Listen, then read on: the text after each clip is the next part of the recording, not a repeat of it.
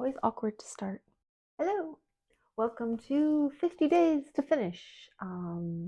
This is a challenge started by Natalie Jane Shields, and I'm going to follow in her footsteps as she takes 50 days to finish her novel. For me, I'm not going to finish my novel. I am going to work on finishing transcribing my D&D campaign from the journal to digital written form. If you don't already know, I am currently transcribing the D&D campaign that I am playing in a story format. I'm releasing chapters monthly through my email newsletter, but it's mostly just been for me to have a good time and fall back in love with the process of writing and learning how to listen to my own inner voice again.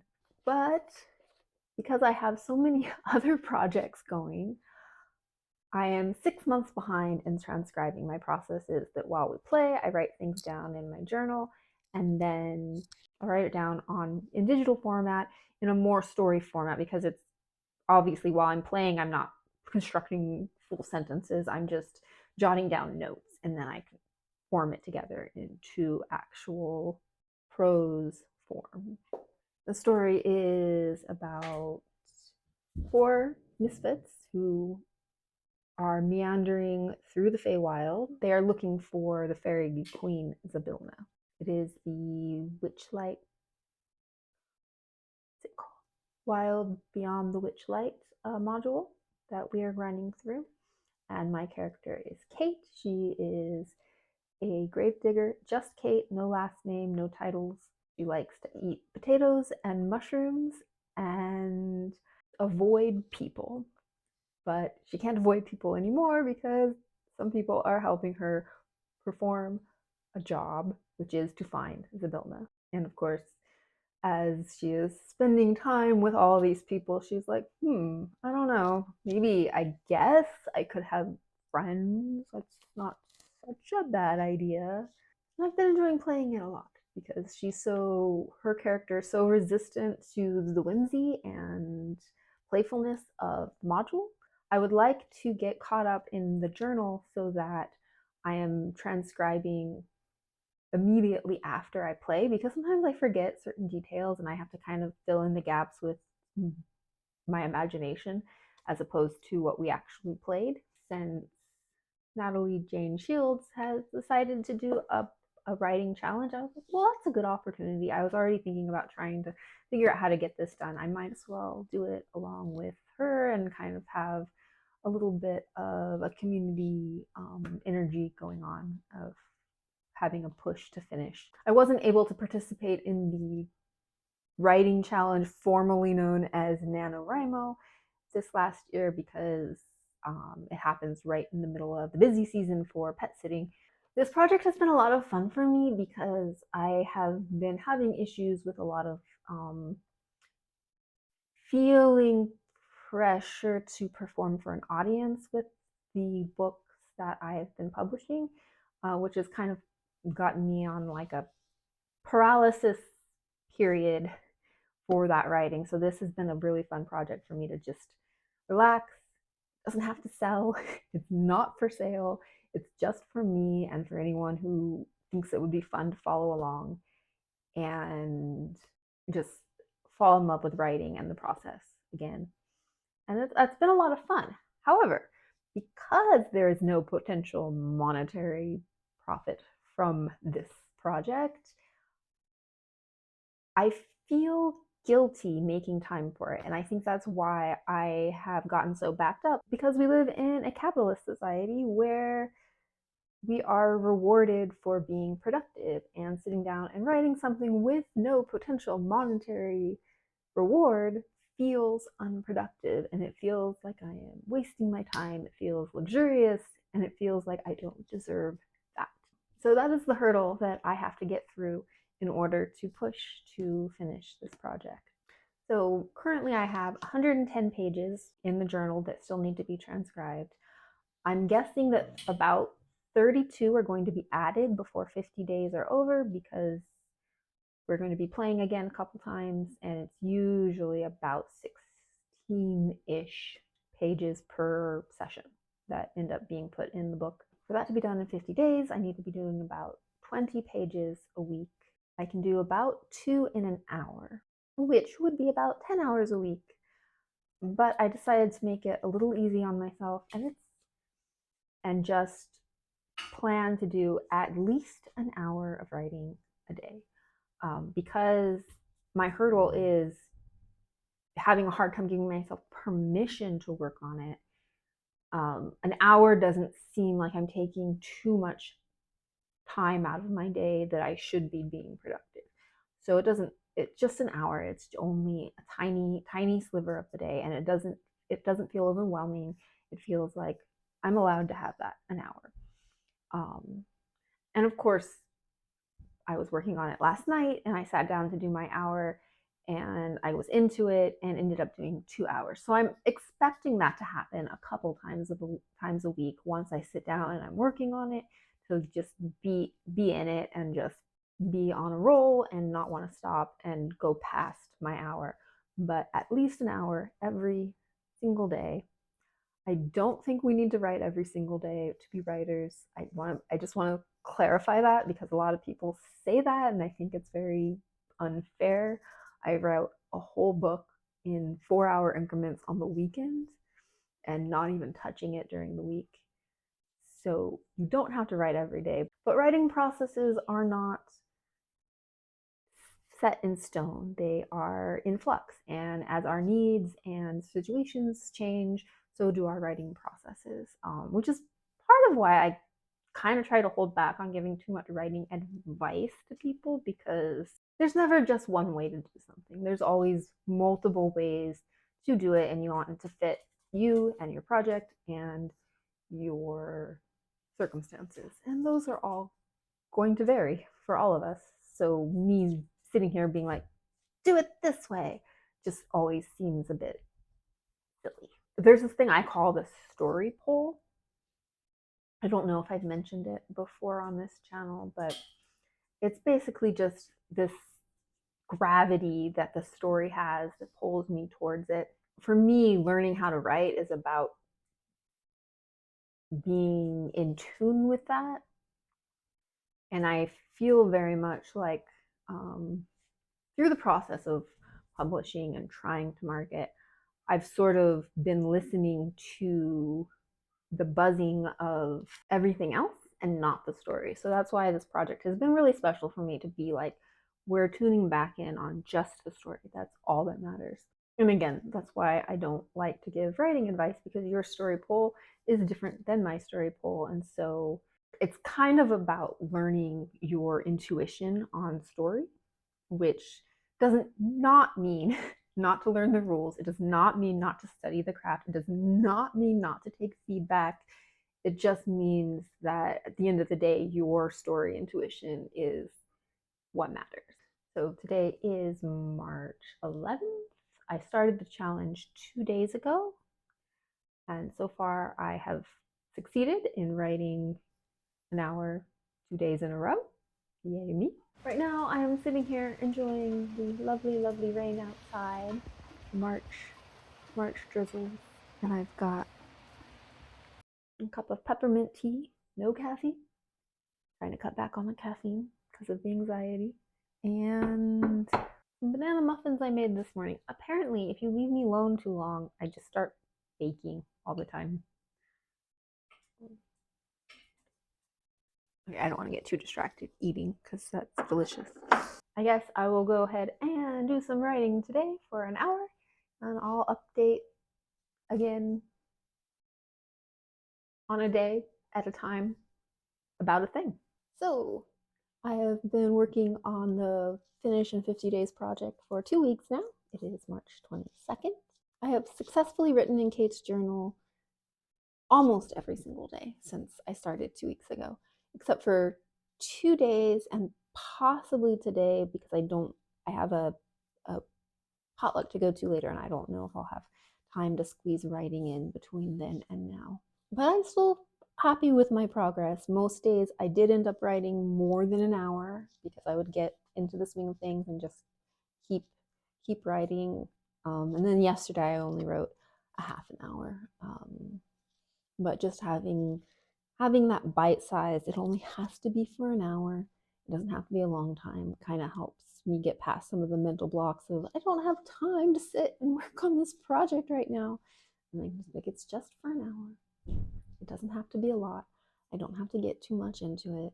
So I currently have 94 pages left, and I'm imagining that we'll probably play 2 or 3 times between now and the end of the challenge. So I'm adding on 24-ish pages to that in my estimations, which gives a total of 118 pages left to go. There are 36 days left of the challenge, so I need to be doing 3 to 4 pages a day, which if I continue doing about 2 hours a day, then I feel like I'm on track to finish on time, which is exciting. One of the main things I've noticed when I'm transcribing is it's really interesting to transcribe the battle sequences specifically because I think it just like illustrates like the difference in this process versus writing from scratch basically.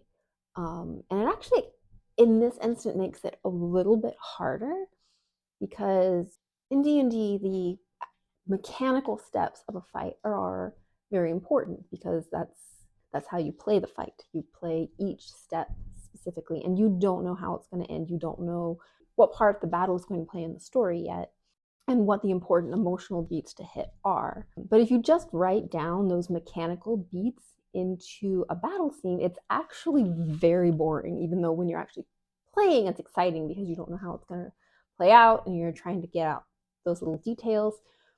But when you're writing a narrative for a reader, you really rely on having more emotional language and it's actually better to be a little bit vague about the specific beat by beat steps and only go beat by beat when something is really, really poignant and important to the plot because that draws emphasis to it. So it's interesting that my first draft of writing everything down, well, my very first draft of writing everything down is literally just, Kate swing a shovel, Kana thorn whip, etc. Hit, not hit. And then my second draft will be transcribing that into sentences. So it's like I swung my shovel and it hit him. And the next one will be like Kana threw her thorn whip and it got around his ankle. But then the next draft after that is really interpreting it as a story and pulling out the details that aren't important and emphasizing the ones that are and adding more emotional language and more of an energy rather than the beat by beat specific things that are happening. Like I was swinging my shovel and he was gaining on me. I could smell smoke and ash in the air. I could hear my friends screaming, but I couldn't see what they were doing. Then, before I knew it, I was at the edge of a cliff or something like that, like more of the emotional journey that the person is going through as they're in the battle, as opposed to all of the mechanics that are going on in the battle on more of a everything scale. So you want to kind of narrow the focus. When you're in a battle, you don't know that 2 feet away from you, this person is doing this exact move, this exact way. You just know you're scared, you're swinging something, you're trying to get rid of the threat. So it's interesting kind of working backwards because usually when I write a battle scene, I start with, I know this is the significance of the story. This is the battle where they go in and they kill for the first time and it's an emotional issue for them. Or this is the battle where they go in and they realize that they're stronger than they ever thought they were. Or this is the battle where they go in and they lose and they are devastated. Or the battle where they go in and their friend gets hurt and it changes everything for them. And so going into it what to emphasize right away. And this is the opposite because you're playing it and experiencing it and then interpreting what is important to the story and putting that into the battle sequence in like the final draft. And I find that really interesting. It's been a lot of fun to kind of like do the process from the outside working in rather than the inside working out. But I did want to kind of talk about the characters besides Kate. So Kate is the gravedigger who was hired to go find Zybilna and did not realize what she was getting herself into. She's super task focused and serious, and it's a lot of fun because she's been hanging out in a carnival and now she's in this magical, whimsical world, and she still hasn't quite grasped the concept that maybe she bit off more than she could chew. And she's really like kind of prickly and awkward with emotions and stuff like that. All the characters in this campaign ended up being pretty prickly, except for Final. I don't, just in case you do decide to read my chapters as I release them on my newsletter, I don't want to give away too much about what happens with Final, like about, I'm going to say a third or a quarter way into the story. But he is a furbold. He is super friendly and a little bit childlike and loves to follow shiny lights, loves to help people, loves children, and he's just basically a big giant teddy bear. He's a really sweet character. And then we have Kana, who is a goat person, but she is obsessed with plants, which makes her get along with Kate, who's obsessed with mushrooms specifically. And her and Final started out having a business where they went around selling herbs. So she's an herbalist and she loves healing people, but she's actually very closed off and jaded. So she looks like a little stuffed animal. She's like small and spends most of her time being carried around by Final on his back. And she's got fluffy pink wool and pigtails. But she has a dark past that she hasn't spoken a lot about specifically. She was enslaved by someone at some point in time and escaped. And it just puts her really closed off and afraid of trusting anyone. And she hasn't really opened up to the group very much at all. And then we have Avril, who was in the carnival as a card reader. And he has a connection to the Feywild that we haven't fully explored yet. He was born there, and that he is actually returning, but he doesn't remember everything exactly that happened to him. But he was also enslaved as a child, and he is very, I want to say, flippant. He's a little bit snarky with most of the NPCs, and all surprisingly has a little bit of like a fatherly like shepherding for all these other characters who he's like, these guys don't know what they're doing here. I've got to kind of like keep them from getting themselves killed. So he does have like an empathy to him, but he kind of hides it a lot. You know, he's not out there trying to be a hero and trying to rescue everyone. He's just trying to get by, and he's a little bit snarky, more than a little bit jaded. And yeah, it's been a fun group to play with and see how the different characters are revealing themselves and interacting with the larger, like whimsical, uh, fairy tale ish Alice in Wonderland type adventure.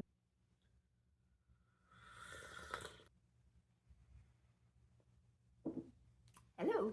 So it's been almost a month since I let you know how I'm doing with my Finish in 50 Days project. I started the challenge very strong, working an hour to 2 hours a day, and I was on track.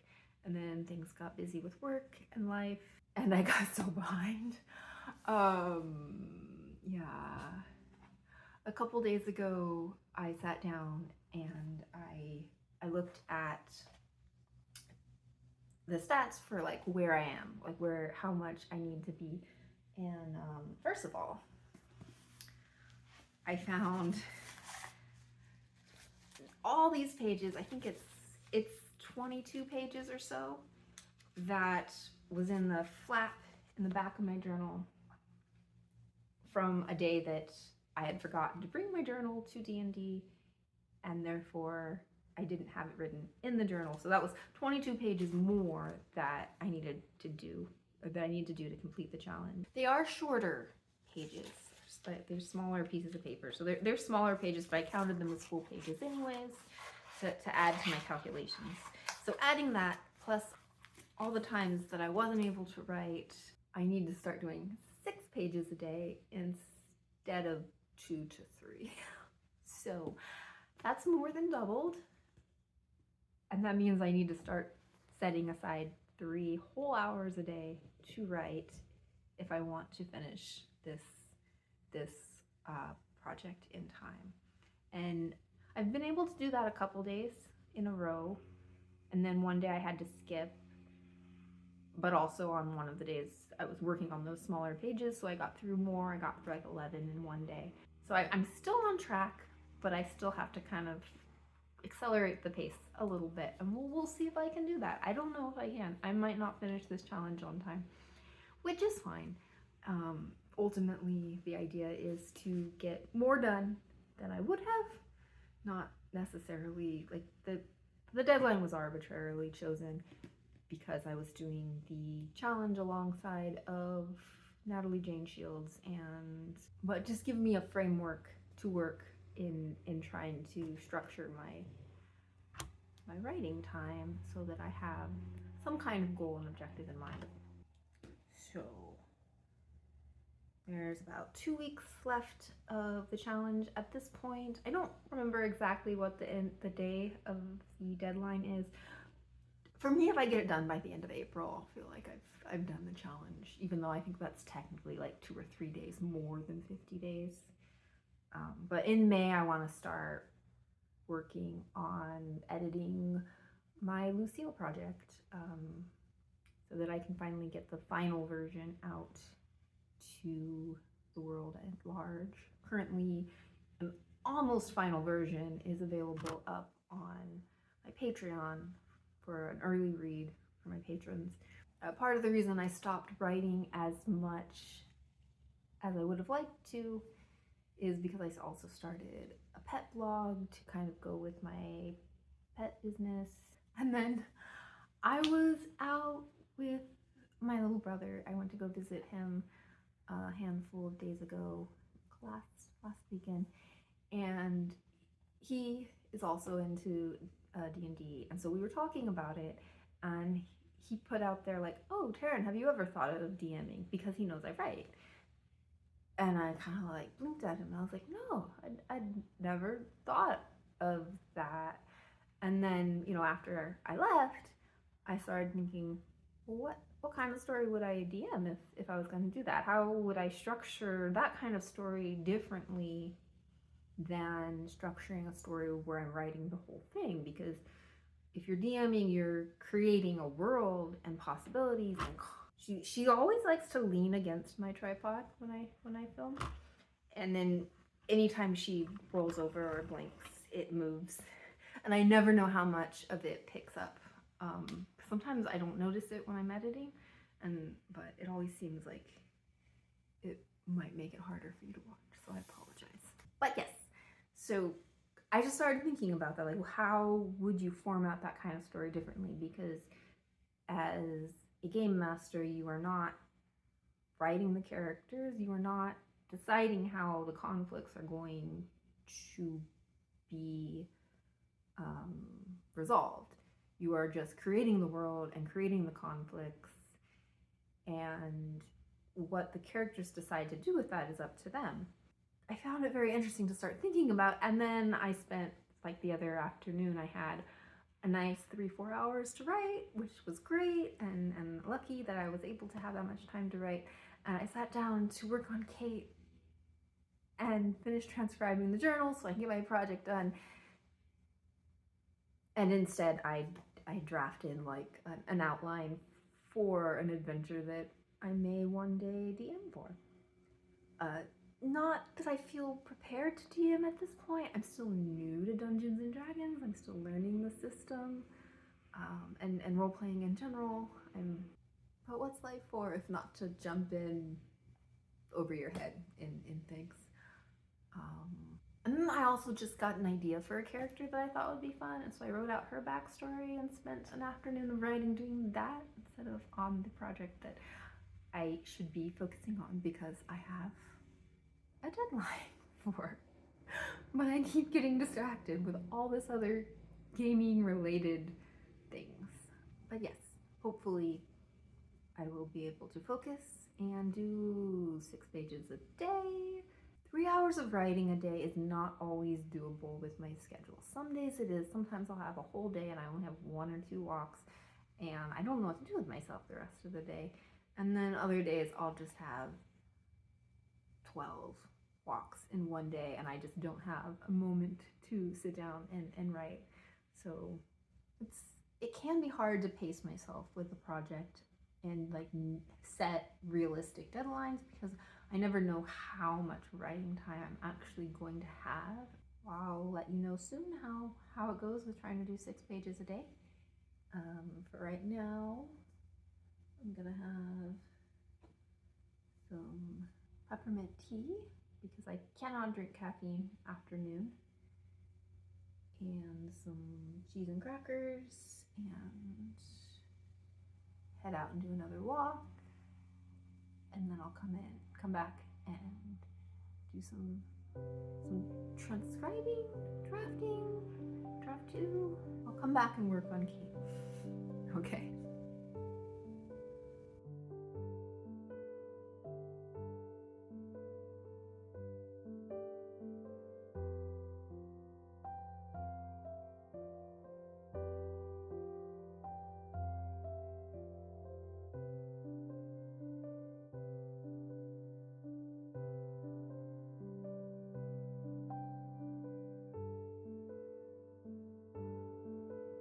So it is now April 19th, the very next day. Yesterday I did get a big chunk of writing in. I finished up all the loose pages. So now I think I could pace myself at 5 pages a day, but I'm still going to try to do 6 just because of the unpredictability factor. I'd rather be ahead.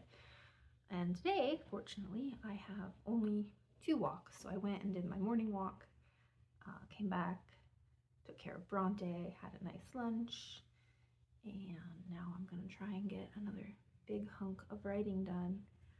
The section that I just did was our Halloween special that we did way back in October. So we took a diversion from the larger campaign to do a little bit of a Halloween like horror story.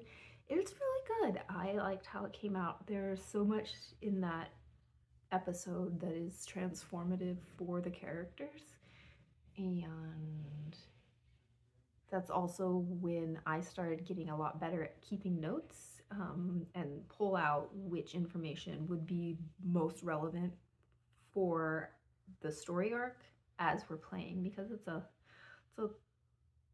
bit of a skill being able to continue to play while also keeping the most useful possible notes. So there was a lot of my earlier notes where I was kind of couldn't really remember what we played, and I was trying to fill in the gaps from one point to the next point the best I could with my memory, but I didn't really have to do that anymore for these notes. And moving forward, I'm hoping that continues so that my progress will be a little bit faster. But yeah, I'm on track. Excited. So it is April 30th, which is technically a couple days after the due date. I kind of set the 30th as my due date for when I would have this project finished. But it doesn't matter because I'm not finished. But part of that is because I chose to do the book crawl this last weekend instead of just sitting down and getting as much writing as I could down. And that was a choice. It's not a choice I regret because the San Diego book crawl, which happens the same week as Independent Bookstore Day every single year, is one of my favorite bookish events, and it only happens once a year. So I was excited to go to that, and I'm glad I made the choice to do that instead of pushing myself to get these last couple pages in as fast as I could. And I have a video on that. If you want to watch it, you can do that. But I still did get so much done. I have 22 pages left, and today I sat down and did a long session, and I finished all of this journal. So this journal is completely finished, and now I just have 22 pages left to do in this journal here. The section I was working on was really fun. The story as we played that session, or those two sessions, is very door comedy. The party was split up, and we were all exploring different parts of this cottage, and it was very much like, this is happening over here, and then this is happening over here, and this is happening over here. And I feel like the best way to experience that story would almost be like a stage play where you just have the whole house set up and the audience just watches as this disaster happens, and then this disaster happens, and then this person comes in, and this person comes in, and no one in the story knows what's going on, but the audience does.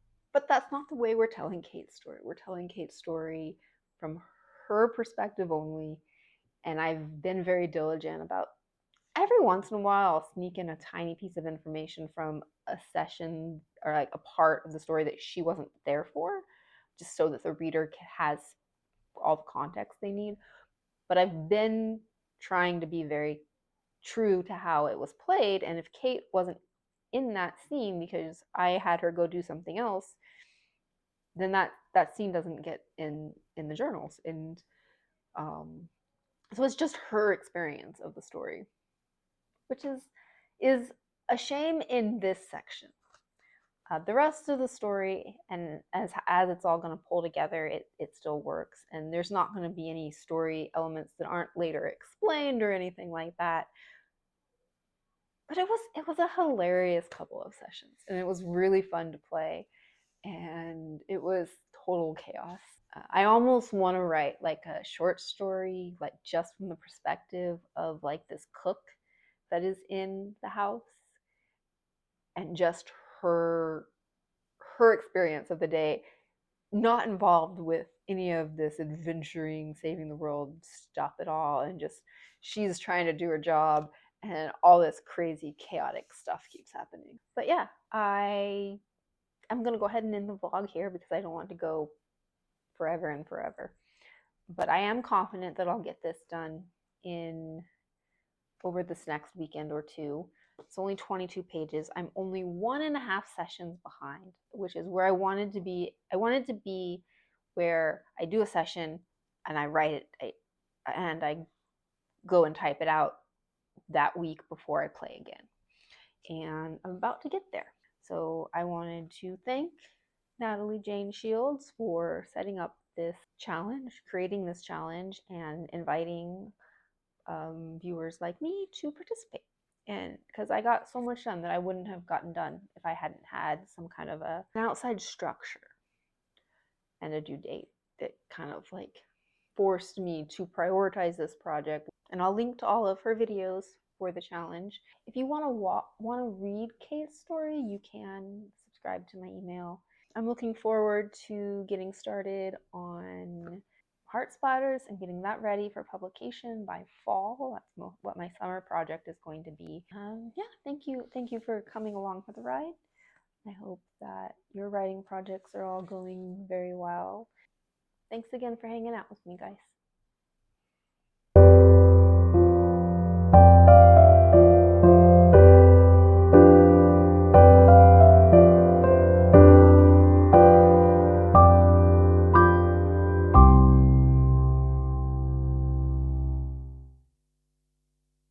So it is May 19th?